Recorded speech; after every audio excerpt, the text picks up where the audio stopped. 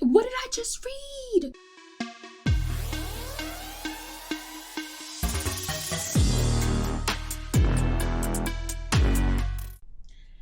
Hey y'all, welcome to another episode of What You're Reading with Athena. Thank you so much for being back here with me after we've been in some books, hopefully. I hope y'all read some stuff and had a great week. What has happened this week?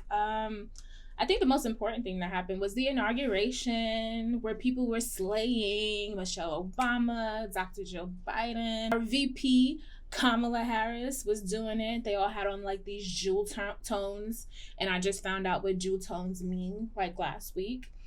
You know, the real girls had to tell me what they mean, because you see, I usually come to y'all with face. I usually come to you with face, but I ain't been feeling it this week, and so I'm just not gonna do it. So y'all gonna get these dark spots, y'all gonna get these uneven skin tones just popping out at you, because that's how we gonna do it. Unfortunately, for the first time in What You Read in history, I did not finish a book. I got my first ever DNF. It feels like I got COVID, y'all. Like, I really feel like, I was like, should I tell people? Should I? It's like, should I fucking lie? Should I just like quarantine for 2 weeks and then come back like I read it, but it's a completely different book? But then I decided no, like I am here to be completely authentic with y'all and let y'all know what I connected with and what I didn't connect with. And unfortunately, this past book that I've been reading, I did not connect with at all. So just as a refresher, the book that I chose was And Now She's Gone by Rachel Housel Hall. I had not read anything by this author previously, so this was kind of my first experience with her, and it didn't quite land with me. So it didn't land for about 2 reasons, and I'll get into what those are. Just so you know, I gave it the good old college try. I stopped about exactly 50% through the book. I stopped at about page 170, 180, which is almost like exactly halfway through the book. Halfway through a book should be more than enough time to entice and pull in a reader, but it didn't do that for me. I don't like talking about negative stuff, so that's why I be getting all nervous when I gotta talk about things that are uncomfortable. So, all right, so number one reason why this book did not connect with me, the writing style, okay? I struggle. It was a struggle dealing with the writing style. Mostly it was a lot of metaphors and over explanation that really felt unnecessary for me. Usually as I'm going through a book, I highlight passages that stick out to me. You know, you're reading a book and you read like a paragraph or a passage and you're like, damn, that resonated. And so I usually highlight those.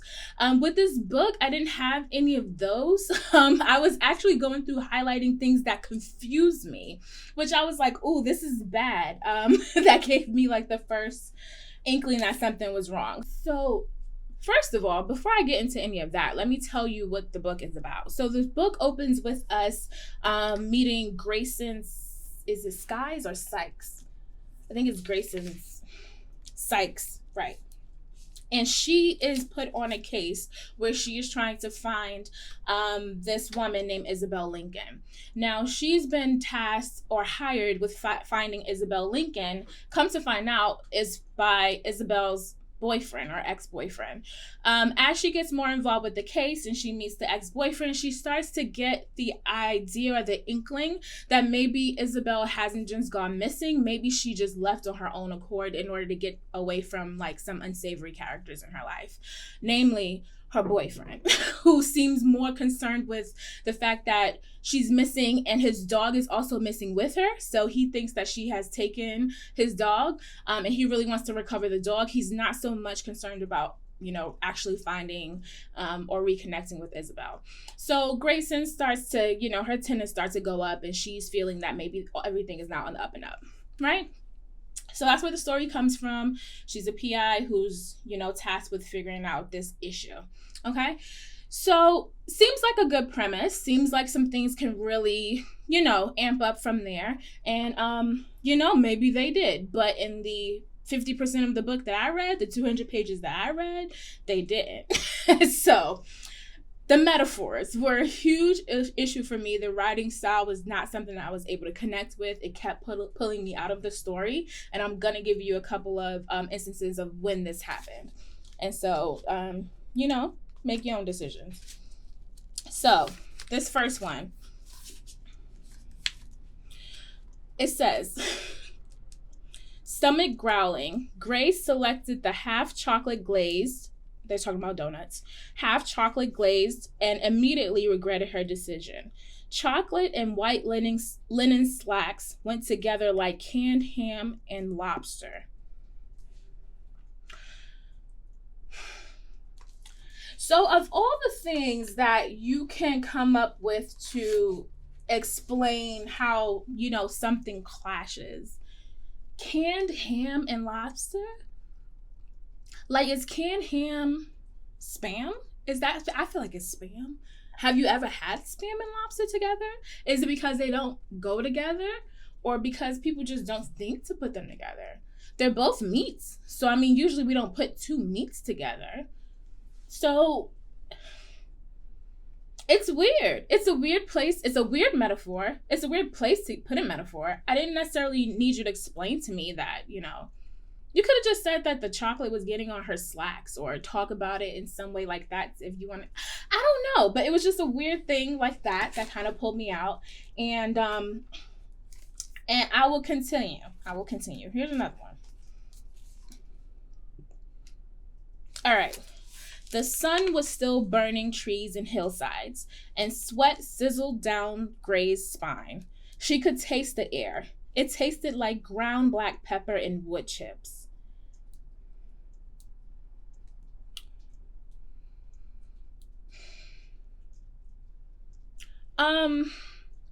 Weird. Ground black pepper and wood chips. And why would you need to explain to me like what the air tasted like? You already said that the trees are burning and that she could taste the air. Like, that is enough. Like, why go on to state that ground black pepper and wood chips? And most people don't even know what wood chips taste like. Who be out here snacking on wood chips, cuh? Who does it? We don't know. You just put some words in here that I can't even verify. I can't verify what this tastes like unless I go take a mouthful of chips. What's the reason for it? Like, and ground black pepper tastes good. A little spicy. Again, unnecessary. And again, I just picked out like 4, but they're all through the book. They're all through, and they come up a lot. It's a lot of metaphors. And I think a metaphor should be used to convey understanding of a feeling or an experience rather than just your surroundings. You could just say, like I said, that the trees were on fire and she could taste it. Like, we can all kind of use our imagination to think of what that might taste like. We don't need you to put a weird ass metaphor there to tell us what it may taste like. It's really too much. It's too much. Okay? So, another one. With that, okay. I read this to my husband and he laughed. That's why it's making me laugh. But so without giving up too much of the story, Gray is trying to evade some people as well. There may be something in her past that she doesn't want to reconnect with. So instead of her going home, she just going straight home, she tries to, if someone's following her, you make some extra turns and stuff to throw people off. So she does this on a regular basis, which makes her travel home a lot longer than it needs to be. But she's trying to dip in these streets so people don't be on her tail, right? So that's just some context for what I'm about to read.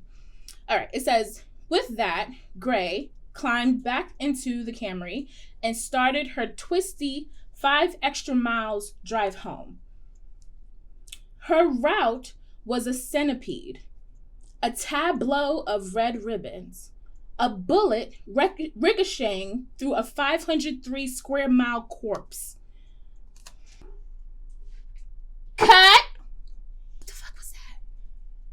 What did I just read? Oh, what did I just read? Her route was a centipede, a tableau of red ribbons, a bullet ricocheting through a 503 square mile corpse. What are you saying? What? What? I do not understand. All of that just to tell us that she winds her way home so that someone isn't following her? It was overdone. It's like, are you writing for us at this point, or are you writing for yourself? Are you trying to just do all these, literary gymnastics for absolutely no reason, and it becomes confusing, it becomes too much, and it pulls you out the story because your brain is literally like, and not in a good way, not like it's so complex that it's just, I have to ponder on this for a while. No, it's like, somebody said something dumb and you have to literally stop and be like, what? Huh? It's too much. It's too much. And I'm going to give you one last one and then I'll move on because I don't want to be belaboring no points, but I just do want to make my point. You feel me? Thank you. All right. So this last one, it says, with the lights off, the dark living room glowed with light from the Department of Water and Power across the street, and from diffuse light that moved like pollen from cars snaking along the freeway. I'm going to give that to you one more time. With the lights off, the dark living room glowed with light from the Department of Water and Power across the street, and from diffuse light that moved like pollen from cars snaking along the freeway. So, first of all, there was nary a comma or period to be found in that whole thing that I read. No punctuation whatsoever. None. It wasn't there. And then again, back to my point. That whole freaking 5 sentences was just to describe the fact that there was light coming into the room from across the street. We as people have entered rooms in our lives that have been dark and are lit from light from outside. We've seen that before.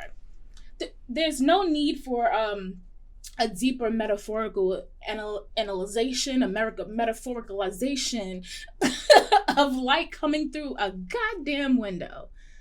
All of that, pollen and diffuse from, what are we doing? The room glowed from the Department of Water and Power across the street. That's it. That's all that we need to say. So, I hope I've given enough examples of why the writing was so hard for me to get through. Also, her cadence was a little weird with her sentences, as that one kind of showed as well. So it was a lot of compound sentences and flipping and flopping. So that was hard. I've read writers like that before. What was the book I read that I said it was a little wordy? I think it was Luster. That one was a bit wordy too, but I was able to get through it, and it actually, some of that stuff was okay, it was good. If you're gonna do all that, you gotta do it exceptionally. You can't just throw in all of those verbal gymnastics just to confuse people. It seemed unnecessary. It didn't add to the story. It detracted from it. It pulled me out of it, and it annoyed me overall. So after reading almost 200 pages of that, I decided that I couldn't do it anymore, so I stopped. The second thing is the pacing. As I said, I was almost halfway through this book. By the time you get halfway through a book, you would expect to have some really major things occur. You would expect to be invested in the story, invested in the characters. Nothing of note happened. To this point, there is nothing that really happened that was whoa, Not that I even need to be shocked or anything along those lines. It was just nothing. It was a one note sort of, story for me. The things that unfolded about Isabel and her disappearance really didn't help. It didn't explain anything. It was just a whole bunch of information being thrown at you, and you have no idea why. It's not moving the story forward. It's not getting you more invested in the characters. It's just detail. It's detail dump. Character dump. Extreme character dump. This girl done introduced so many damn characters. You ever gone to a family reunion with one of your friends and you don't know none of their family? And they don't want to leave you behind because then that would be rude, right? So they take you along with them, but then they're introducing you to everybody. You're like, I ain't gonna marry these goddamn people. I'm not gonna remember none of these people. And I'm probably not gonna see them again after today.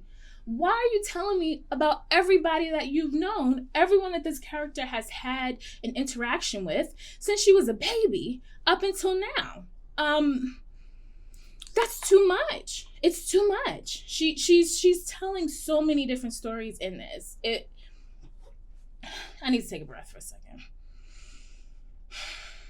We find out that the main character, Grayson, was in foster care. And so she goes in and starts telling us about each family that Grayson lived with. And she's calling them like Mom Tina and Mom Diane and Mom Pam and Mom Kathy. So all the foster moms that she has, she's like, oh, this reminds me of Mom Tina. This reminds me of Mom. So I have to remember all your, 10 moms that you had.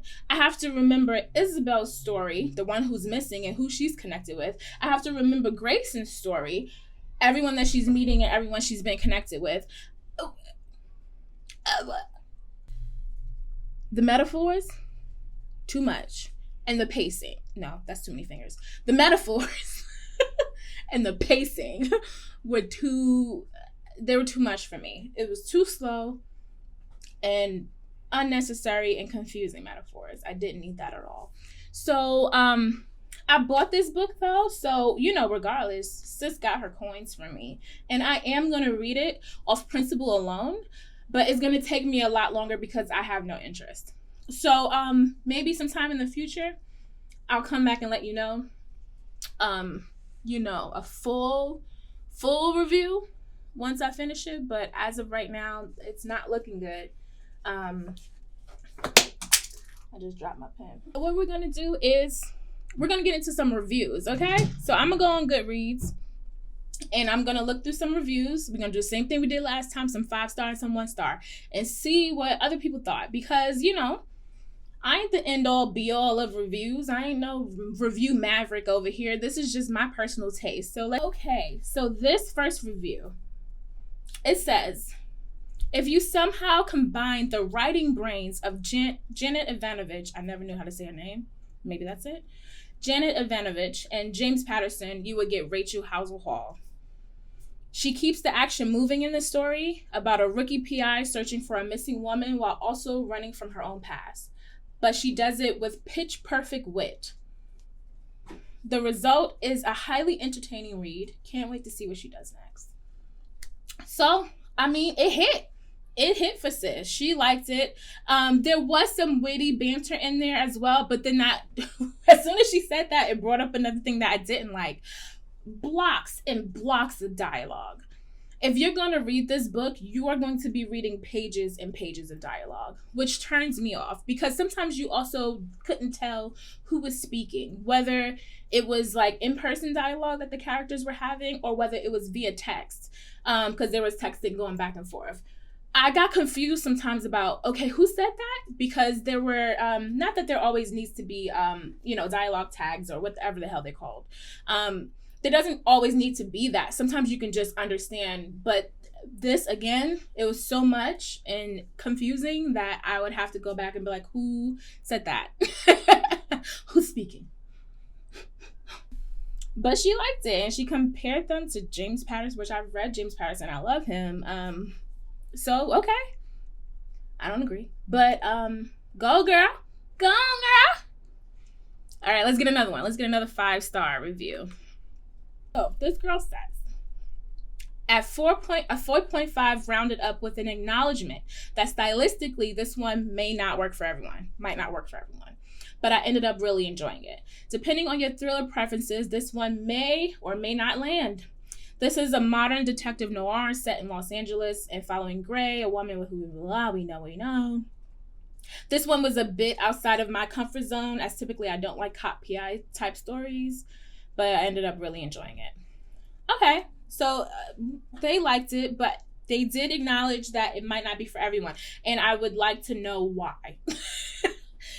Is it for the reasons that I didn't enjoy it? Because I don't mind cop and PI stories. I've read a couple and I've enjoyed them, but this one just, it did not land.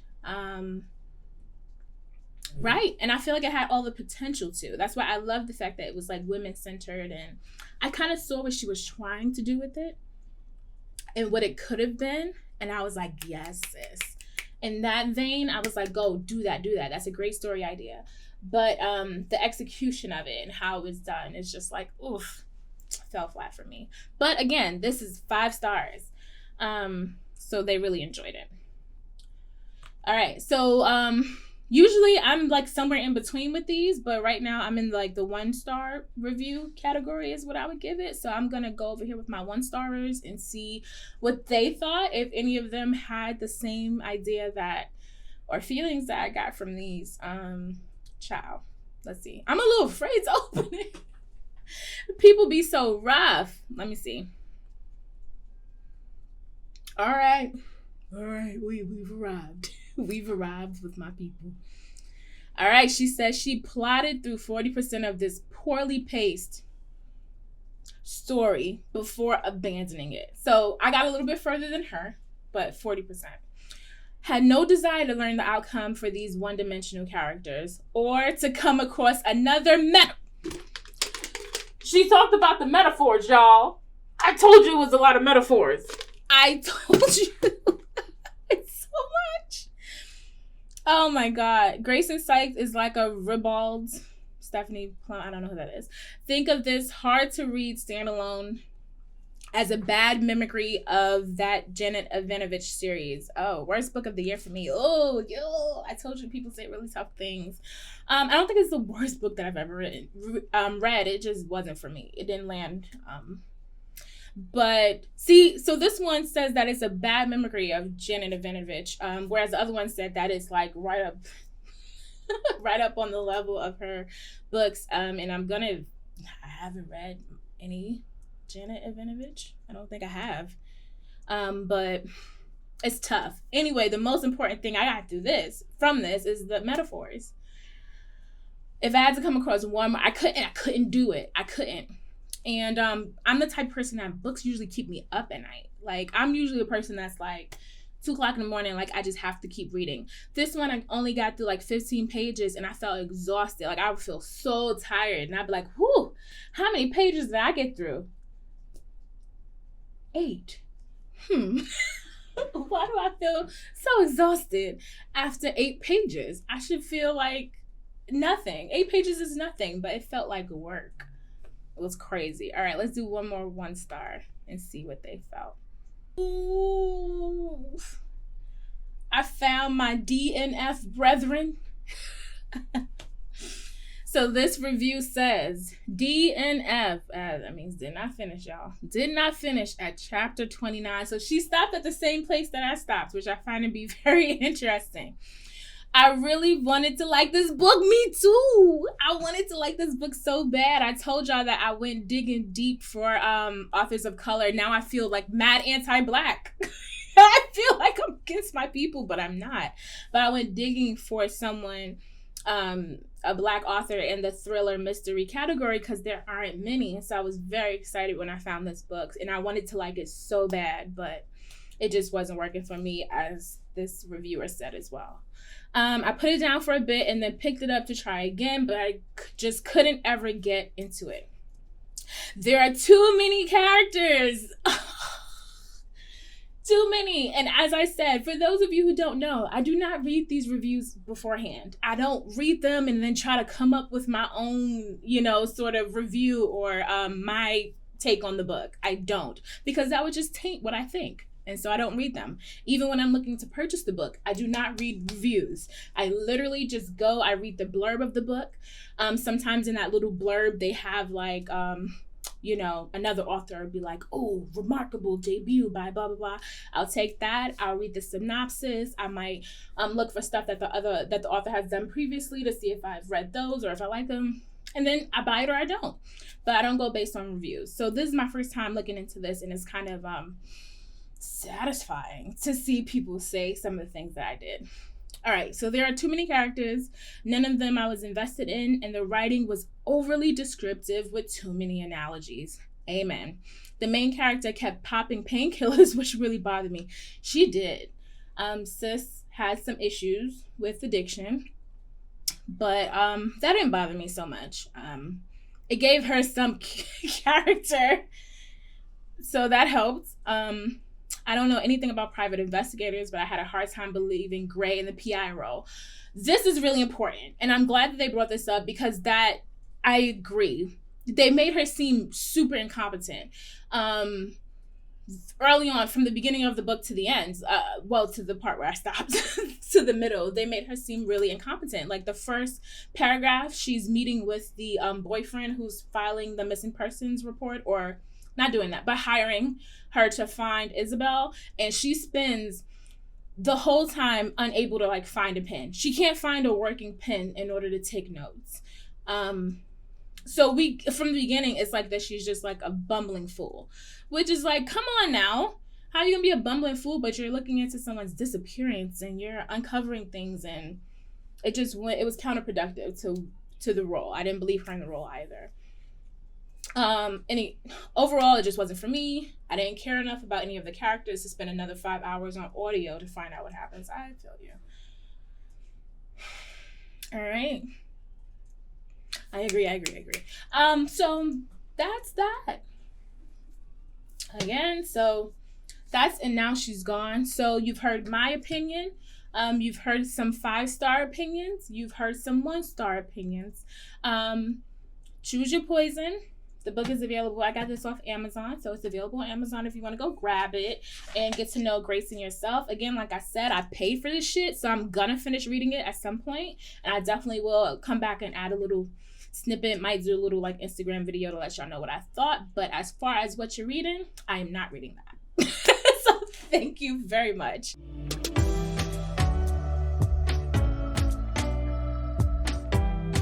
Moving on. So, without further ado, we are going to get into the next book. We're going to cleanse. I wish I had some. I only have like a little funky plant, but I wish I had like the little, you know how they sage? Do some book saging, cleanse the palette, and get ready for the new one. So we're still continuing on with our mystery and thriller choices. We have 2 more books. I have 2 more books. Are you guys ready? I'm excited about this one. All right. Without further ado, let's announce the new book. Can I get some drum roll, please? What we will be reading One by One by Ruth Ware. Yes. So this one was really, it caught my eye because of all these. I don't know if you can see them. Let me put them. But it says diabolically clever. It says the Agatha Christie of our generation. That's David Baldacci. I read his stuff and it's great. Where is a master at signaling the presence of evil at the most mundane moments? That's the Washington Post. I mean, it sounded great. The definition of unputdownable. Unputdownable. Unputdownable. That's a new one. But yeah, again, so for this one also, I've never read anything by this author. I've seen her a lot. I've seen her stuff come up, but I've never picked up a book of hers. So I am interested to get started with reading this one and see where it takes me. So we are going to get my dramatic stuff on and we're going to see what this book is about. Okay? Dramatic. Okay. All right. You can just show up when you feel like it. All right. You ready? Okay. Getting snowed in at a luxurious rustic ski chalet high in the French Alps doesn't sound like the worst problem in the world, especially when there's a breathtaking vista, a full-service chef and housekeeper, a cozy fire to keep you warm, and others to keep you company. Unless that company happens to be 8 coworkers, each with something to gain, something to lose, and something to hide. When the co-founder of Snoop, a trendy London-based tech startup, organizes a week-long trip for the team to the French Alps, it starts out as a corporate retreat like any other. I'm not reading all that. All right, skip. As each hour passes without any sign of rescue, panic mounts, the chalet grows colder, and the group dwindles further, one by one. So this sounds really, really good. I love the sort of like people trapped in a place. Like, I love that. I've seen movies like that where they're like, they come to a dinner or whatever. There's a whole bunch of movies that start like that, but they like come to a dinner and then slowly like people start disappearing and you're like, who's doing it? Is it someone from the outside, or is it someone who's in this group? Or why were we all called here today? Anybody know? Oh, I got a letter. Oh, I got a letter too. That's why I showed up. It's just like, woo. It's good. So I love a premise like this one. It has the opportunity, the what do you call it? It has the foundation to be an excellent mystery thriller. And Ruth Ware better not let me down. All right, I had a rough 2 weeks. You better not let me down, Ruth Ware. All right, so I'm gonna get into this one. Have you read this? Have you read anything by Ruth Ware previously? What were your thoughts? How do you feel about her? Let me know. Tell me how you connected with her books previously and what you thought of this one. I will be updating you as I read on my Instagram. So if you do not follow me on Instagram, do it now. Like, I'm not even playing. Like, do it now. Follow me on Instagram so you can see my posts, see what I'm up to, what I'm reading. If you like what you're reading and you want to come back in approximately 2 weeks and get an overview of what I thought of One by One by Ruth Ware, make sure you like and subscribe to what you're reading, subscribe to my channel, and turn on the notification button to get updates on new videos. And I will see you guys back here, and let's hope we don't get another DNF. That broke my goddamn heart. I never got a DNF. I be reading. No, we're cleansing. We're cleansing. Joe Biden's America. Joe Biden's America. Joe Biden's America. All right, so we will see you guys. By we, I mean it's just me in my fake bookcase. I don't know what I be saying. But I'll see you back here in 2 weeks. Love you guys. Bye.